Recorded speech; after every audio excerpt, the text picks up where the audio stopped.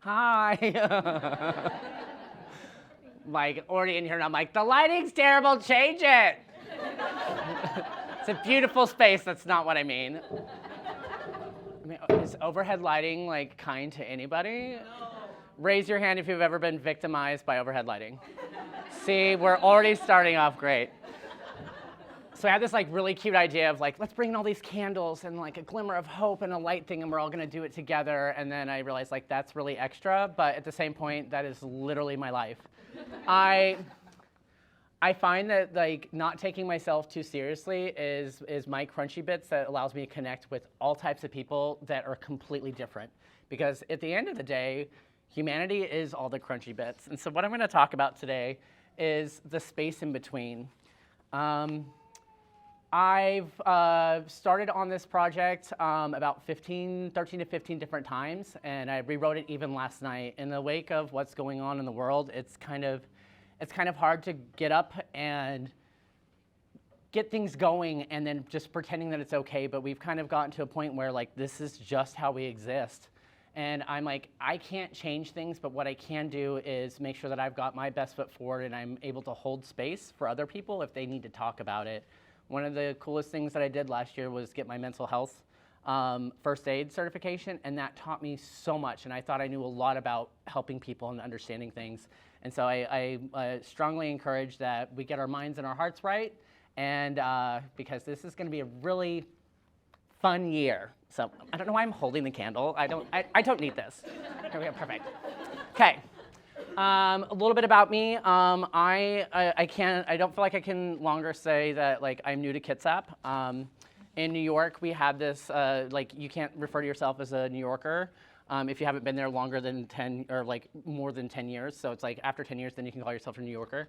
I dipped at 12 because it was a lot, and it brought me here to Kitsap. This community is one of the most vibrant, caring, compassionate, creative, concerned and active of any community I've ever existed in my 41 years. And so if you're ever feeling like this home doesn't feel like it's all the things you need it to be, everybody comes back here. People come here, they spend their vacations here. Like people want to be here. We are blessed to be here, and I am blessed to be here with you all. So. With all that being said, I am really terrible with time management. So if someone can let me know if I'm getting really crazy and going, oh, perfect, thank you. Clocks are establishment and it's weird. Say good morning to the sun. Everyone say good morning, sun. Good morning, sun. It can't hear you. It's under a cloud of blankets, so perfect. So I want to start with something that I don't feel like I have a word for this, and I don't think you all have a word for this either. It's more of like a vibes kind of situation. But like, we've kind of been through life. We're constantly walking through points A and B. We get obsessed as a culture of like the before and afters. Like, raise your hand if you've ever watched HGTV Trading Spaces. Make some noise for Trading Spaces. Nothing is more chaotic than families swapping in a moment and then deciding what the other people are going to live in. Like, that is just mean. But that process in between, I always loved the before and afters, but I loved watching how people talked and they looked at things and the process. I've always been obsessed with process. And part of that process is the thankless work that happens in between things. You're not getting likes, you're not getting a lot of attention, you're not getting as much support. And what exists on that TV show is creating sometimes the most tackiest things that have ever existed, and then being really mean to your neighbor and saying that, like, you know, you have to deal with this. And then now that we have things like TikTok and YouTube, you can actually go back and those people talk about those experiences. And it's just like, you find out like how traumatic those things are. And life is very traumatic. Like, it's the thing that makes life great, those crunchy bits. And so as I'm thinking of Corsu and that glimmer of hope, I like to think of this keyhole in a dark space. we kind of transition through moments and in quiet, and we have to turn off the thinking and then go in and survive capitalism when we have to exist. Raise your hand if you're a parent. Okay, I'm going to give you all a round of applause. That is one of the hardest jobs that I will never do, and I appreciate that you get to do that.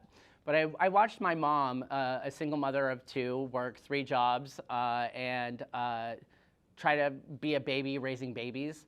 And part of my gifts that I have are from my mom, and being able to have the space and the resources to understand why she did the things she did.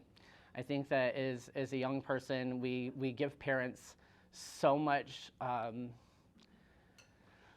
grief, and especially in the queer community.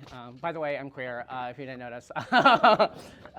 We give so much strife towards our parents for not understanding us. And for me, it was more so like allowing an opportunity to understand where she came from. And that brought me to understand communication, to go to school for communication and to get my master's degree in communication, because maybe I didn't get it right the first time. I got to be like a doctor in it. But being able to understand people's struggles and the things that make them them helps us get to a place where we vibrate in the most authentic way. And I used to think that love was like the highest frequency of what makes people you can be a lovely person, but people may not like you. If you're an authentic person, people will adore you. And part of that is because you're being true to yourself. And to get to that point, we have to do the disgusting work of walking in the metaphorical hallway where you don't feel a light switch. We don't know what pictures are there. We don't know if there's a corner. All these unknown things, and we don't give enough credit for existing in that dark space. Part of it is because in the United States, maybe around the world, I don't know, I can't speak for Morocco. However, for here, it doesn't make money. It's not click-worthy. It's not sexy, dare I say. It's not sexy. It sucks. Raise your hand in the past 9 days if you've cried. Raise your hand if you cried for joy. That is surprisingly a lot more hands than I anticipated. So if you're sitting from where I'm sitting, from the first question, you would have saw that probably, I don't know, I'm not a mathematician, 97.4% of people raise their hands. And surprisingly, 7 also raise their hands for joy. We're waking up to a reality where nothing is certain anymore. The facade of how we are supposed to be doing things is thrown the F out the window. Is that door closed? Are the kids taken care of? I know they're parents. They're fine if I say curse words, so I'm going to say tomato. But, oh my gosh, ADHD moment. I saw Dr. Layton running around there, and I'm like, ooh, familiar face. What is she doing? Oh my goodness, this is not what you do as a speaker. Great character. What was I saying? You were talking about things being thrown out the window. Oh, perfect. Yes, it is. Yes. So nothing is a template. We use Canva. Canva's revolutionizing how we create things and put things out there. I love Canva. AI is a equally awesome and also environment killer. And it's but it's all creating this noise to where we're able to do a lot more with a lot less. And that is cool, but it's also fucking terrible. This moment in between is what, in my opinion, life is about. This is the experience of the dashes between. So, when you look at a tombstone, we see the finale of things, and we judge, we observe what a tombstone looks like, but everything that is important is in that little dash. Everything that is important in life is this keyhole. All of it is the moments in between and discovering. Otherwise, we're just going through a system. We are not plants. We are a biodiverse, creative being. But what gets us through life and what makes our existence so important and also so terrifying is that we get to experience all these super complex situations. That's kind of cool, but it also kind of sucks. Crying is not fun. I have this rule as a performer, like I will always hold space for anybody. Come into my space, you can be whatever you need to be. For me personally, you will never, and I will say this, and I'm being aggressive, you will never see me cry in public. And the main reason why is I am a very ugly crier. Very ugly crier. I don't know, 10 minutes, perfect. I don't know if it's because the snot comes out. It's just that my whole entire life, I always feel like I have to be the best version of myself because as a queer person, as a single person that doesn't want to have kids, I'm attracted to men, but I hate them. So like that dating is totally off the table. So so I just completely fill my community card up because it's like that gives me joy. And then eventually brought me to this place of creating this drag character, Satania. I love that I have this. I'm not even using this. I created this drag character, Satania, and Satania is about 3 years old. So weird to say. So weird to say. So they're a 3-year-old that dresses like a whore. I love this for me. But I've always wanted to do drag. I love it. Its ability to create a character and show love towards an art form that has literally saved so many people's lives. And at a time where things are being scrutinized for the trans community is whenever I decided I'm going to do drag. Like no sane person would decide at the age of 38 that they're going to put on a corset, ruin their body, and then wear 8-inch heels in rural like Washington. Like that is crazy. However, I've been doing it for a minute and it's been really fun.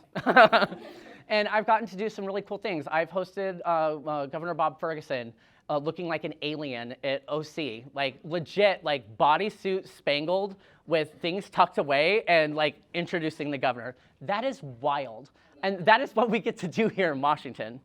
So we're probably, at 6 minutes?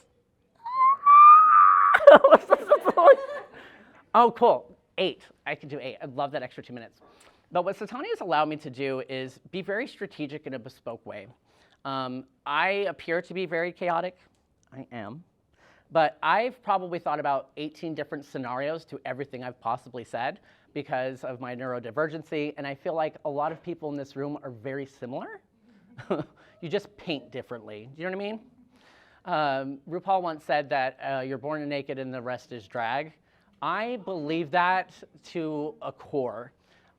We dress ourselves up to not only like impress other people, attract other people. I do it to repel other people. Because let me tell you, if you see a 6'4" person walking around with a smoky eye at Safeway, you're not going to fuck with that person. For one, unpredictable. That person is going to challenge those norms. Again, authenticity is the highest vibration, so that is terrifying. It's kind of like a car crash that you can't look away from. But drag has allowed me to be able to go into spaces and challenge those norms and then show everybody that it's all a fucking show. We are all faking it. We are all producing everything. We are all doing these things. And whether you're in drag and you're getting paid to exist and do those things, or you're showing up and you're supporting a local creative think tank to be able to like have that connectivity. Drag has allowed me to go into spaces and have really hard conversations at some really difficult times. I've done numbers about violence, domestic abuse. My first performance in Poulsbo was singing Titanium and having a slideshow about gun violence. That is crazy. Because what we have as humans is the shared human experience and the space of being in between. And in order to get to the place where I felt comfortable to be able to get to that point is I had to stumble around and hurt all my toes, get all these scrapes. And in order to get to a place where we feel we're safe and secure in 2026, we're gonna have to be okay with existing in this darkness. And it's not forever, but we need to find these ways to walk towards those lights, find those pieces that are going to give us joy, and look back and celebrate the shitty parts, the crunchy bits. Because at the end of the day, that's what makes life great, but it's also terrible. I'm seeing lots of nodding heads. Do I have 20 minutes and then questions? Perfect. I promise I read the email and the 8 times that we talked about things. I'm more of a nightlife creature, and y'all have myself here at like dawn 30. Right. Oh my gosh. I've said a lot about nothing, and I've said nothing that means a lot. I had no goal in coming out here other than having this moment for myself. I've worked really fucking hard to get to where I am today that no one will ever see, and so have y'all. And these moments to share space it is such an honor. Anytime to get a space where people get to listen, whether they're paying for access to you or you're doing a presentation about why you should attend this school, of all the things, it means an absolute the world to me to be able to be in Kitsap in this moment with you all in this community. And yeah, maybe I should have looked at my notes a little more, but I am going to jump into questions early. I hope that something that I've said made some people giggle, which you all laughed a lot, and I did get almost the entire room to raise their hand. So in my delusional mind, today was a smashing success. Because, thank you. Because I've kept on for the past, 4 years that Delulu's the new Salulu, and I think I'm gonna continue that into 2026. And I highly encourage you all to dip into that as well. Huh? Delulu's the new Salulu. I don't know if I stole it from somebody else, but here you are. You have it now. Does anybody have any questions? Perfect. Where do we find Satanya? Satanya is on Facebook. I have a monthly show at Skull House Pub in downtown Poulsbo. It is the third Sunday. We usually sell out, so if you're interested in a very fun, gender non-conforming, random time of crying, laughing, and really heavy pour of mimosas, you should come see me there. That is a great question. I thought you said Satanya was 3 and she's on Facebook? Yeah, I know. I never said I was a good parent. Like, you should see what she wears. It's really inappropriate. The things that straight men do around that 3-year-old Satanya is really concerning. That was dark for a reason. Yes. Hi, Beth. We're all lined up behind each other, our questions. I love it. So I've been in Kitsap for over 30 years, and you say you feel like you're already arrived and met the bar. I don't think I felt it until maybe year 15 or almost 20. Wow. So I just would like to hear what you have found in the community that made you feel so welcome. Absolutely. I feel like Kitsap is a microcosm of the rest of the United States. We have the very affluent and the very wealthy, and we have some of the most crazy ways to deal with people in crisis. Whenever I heard the kidnap county thing, I was like, that is totally offensive to me. And then I started getting involved in community work and seeing how dire some things are. And we have the military here, which is so cool. It's great for the economy, but it's also it's our responsibility. Oh, I'm gonna go on a tangent. It's our responsibility that these people are coming from all over the country, and they get to spend a very formidable time, squishy brain time. We all know about squishy brain time in your early 20s to exist here, and then get stationed here with their families. We get to teach people how to be a good community. They're coming from all these different places, and they get to be here for a hot second. I can go on another tangent and how that's really dangerous for voting initiatives and school bond levies, but that's not why I'm here. But the reason why I feel like I've arrived is because I exist in so many different pockets, and I have the luxury to be able to do that because I'm attracted to men and I don't date them. So because I don't have a significant other, I can be at a lot of places at once. And I find that we're all a lot similar. We just kind of talk and exist in different ways. I think it also helps that I moved here and I was in Port Orchard, and then I lived in Bremerton, and then I was up in Poulsbo. So I have a nice little sampling. But again, I am also delusional. I'm not a pathological liar, but I do convince myself of things to get through the day quite often. And that has obviously been working because I'm sitting here. So thank you, Beth. Who else? Hi. Hi. I really enjoyed what you were saying about fumbling around in the dark and how that can lead to authenticity. And it made me think of, this isn't really a question, it's just sort of like Oh, I love. a comment.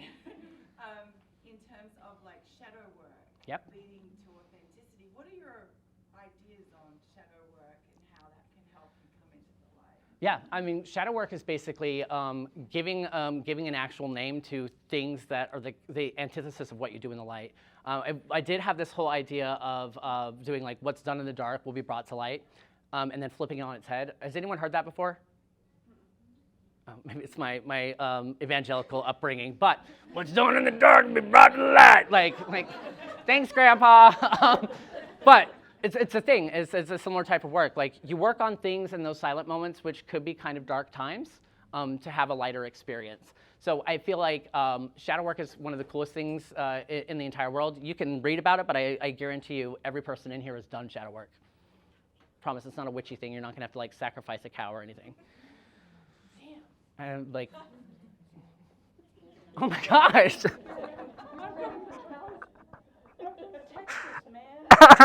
Slaughter. Anybody else? Sure. What's been a glimmer of hope for you this week?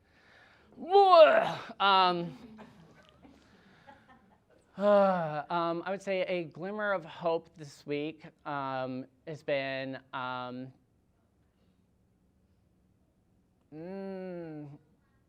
I've been saying no a lot. It's so hard for me. It's so hard for me. I see so many familiar faces in here. You know how much I do. I've said no a lot, and that has allowed me to kind of get some space. It's small little levels of light because I feel like I've gotten to a point where I've overcommitted into capacity, and that it's allowed me to be taken advantage of. Don't do this. 2026. And I'd say the glimmer of hope for me has been at work. Like I get to have this really cool job where I help connect our students to a 4-year opportunity at school. And this week I found out that one of the big projects that I did is making a lot of waves in halls, not only in Bellingham, but also at other colleges. And it's all about bringing humanity back into the experience, and that it is our responsibility as a community to take care of students. And it doesn't matter where a student goes, a student's a student, and we need to support students. And so getting that feedback that my New York bitchiness is actually like advocating for folks that need it, that don't necessarily have those voices, it's kind of got me in this nice little point of being like, okay, I'm in the right place at the right time, doing the right things with the right people. It's pretty cool. Yeah. I feel like as an observer and fan of yours, I want to answer all of these questions. But thinking about the kids out question, I think there are a lot of people either as a result of trauma or whatever, they just kind of, they want to speak up, they want to fight, but they don't have the courage because of that trauma. Yeah. And you act as a megaphone, and I feel more courageous knowing that you are there to support and celebrate and party, and so it helps me feel more courageous in this space. And I would put Rima in that category as well. But I also thinking about the glimmer of hope and the way you conduct yourself. You are quite political on Facebook, and I love it so much because you're really authentic. You're not you're not insulting. You're not creating division. You're like, this is wrong, and there are people that spout off on your threads and call you sheep and call you these things, and you don't take the bait. Yep. And so to me, that is the glimmer of hope, is that you maintain your grounding and you demonstrate. You are a representation of how we can have dialogue, how we can talk with each other, with all of these extreme views and whatnot. But you really are an example of how we can maintain grounding in this space and continue toward the light. So I just want to celebrate you and all of your glowing goodness. You're a mean person. You're trying to get me to cry in public after I just said I don't want to do it. Oh my gosh. Thank you. I adore you. Aaron took my favorite photo of last year. It is me twerking in a very ugly wig on David Emmons and Councilman Jeff Coughlin, and them not knowing that it's happening. It's a really good photo. It looks Photoshopped. It's so good. Yes, meme. I think you probably answered part of my question, but maybe you can elaborate. How do you look at Pursuer, Glimmer of Hope? Is it analogous to optimism as opposed to realism or being realistic? That is a yes. Yes and no.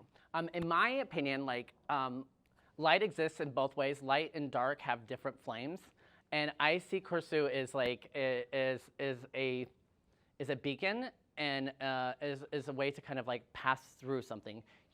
I don't believe that we're always going to get to the light. When I started looking at this this concept, I very much got like, when you die, there's a white light at the end of the tunnel. I think life is literally just moving through light in general, and then acknowledging the dark parts is part of the journey. We're just always going to be reciprocal. All the things in the binary that's just kind of here. I don't think that I answered your question, but it sounded really cool.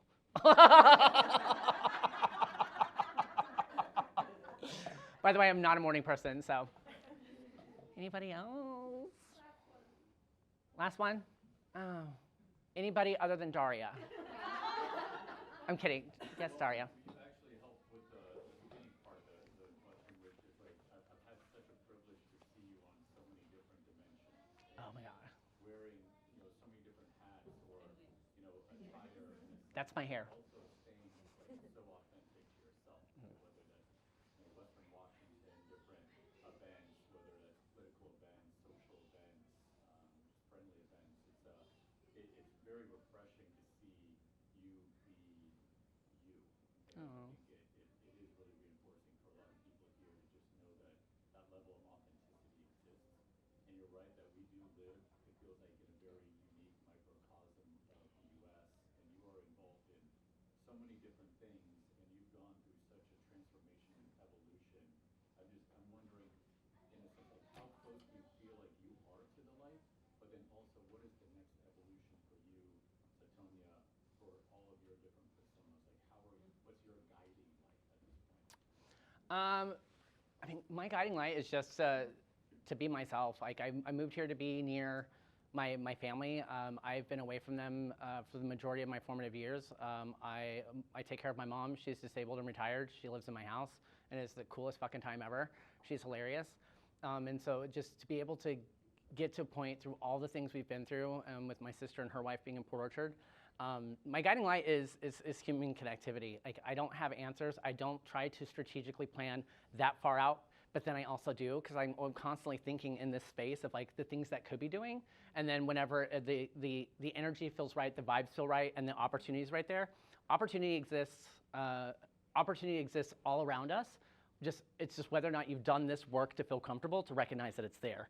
I think every person in here knows that to be true, and they find value in the connections that we have here.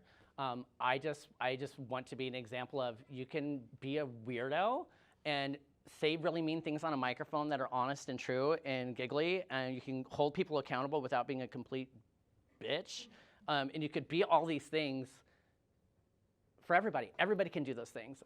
And because I exist in this kind of like not realistic, societally like appropriate reality, it gives me even more reason to be punk. And I highly encourage everyone to just throw the rule books out the window. I mean, we don't need to have like a purge moment where we're running around like slicing people's necks. That is wild. However, spiritually doing that, it's just that this is so unhinged. I'm so sorry. You guys are never gonna have me back here. But yeah, so it's like what's next? The next evolution. I'm just gonna continue to see where the needs are. I don't want to believe that the United States is a sinking ship, but I'm gonna be here fucking plugging holes with the best of them, and I feel really, really excited to be able to do that. And I'm also equally terrified.